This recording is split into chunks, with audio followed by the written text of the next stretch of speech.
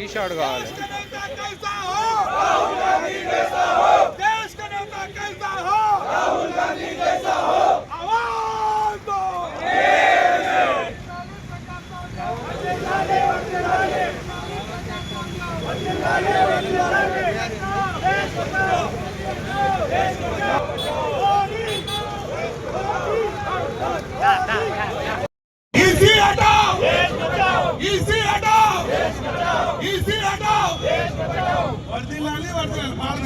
వర్ధిల్లాలి వర్ధిల్లాలి వర్ధిల్లాలి వర్ధిల్లాలి వర్ధిల్లాలి వర్ధిల్లాలి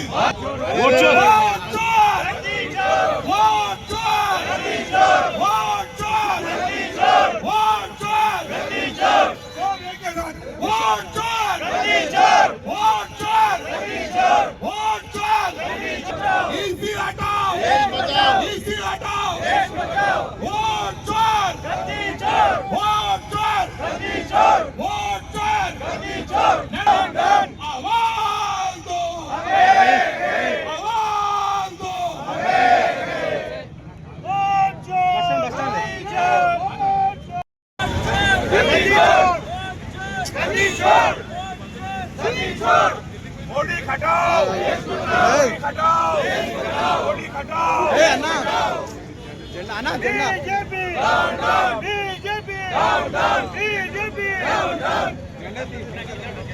इसी हटाओ देश बचाओ इसी हटाओ देश बचाओ इसी हटाओ देश बचाओ वर्दिल्लाली वर्दिल्लाली वर्दिल्लाली वर्दिल्लाली वर्दिल्लाली वर्दिल्लाली वर्दिल्लाली वर्दिल्लाली वोट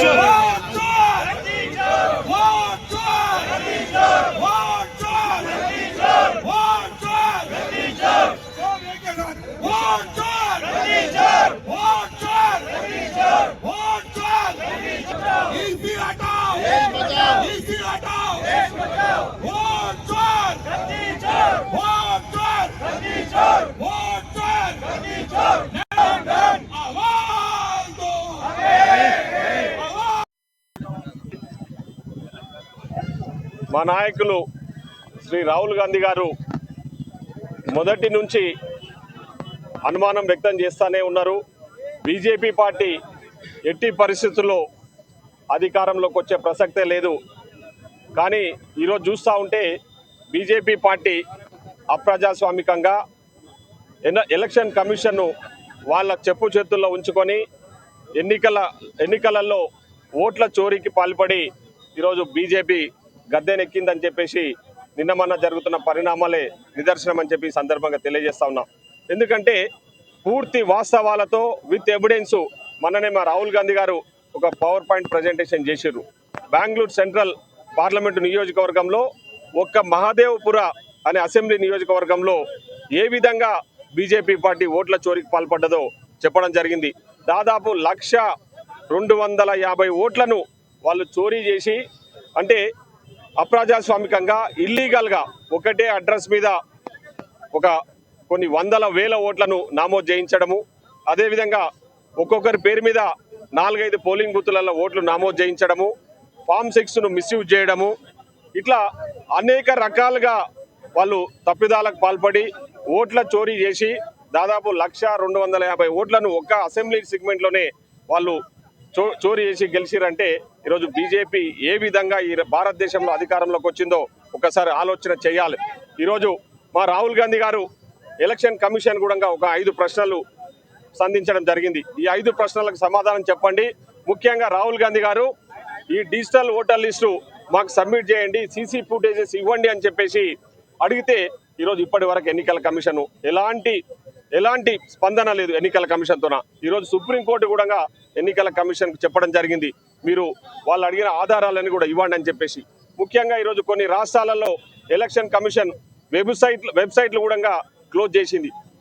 జనరల్గా పబ్లిక్ డాక్యుమెంట్ ఏది ఉన్నా కూడా పబ్లిక్ డొమైన్లో పెట్టాలి, అది ప్రజాస్వామ్యంలో గవర్నమెంట్ చేయాల్సిన పని, ఎన్నికల కమిషన్ చేయాల్సిన పని.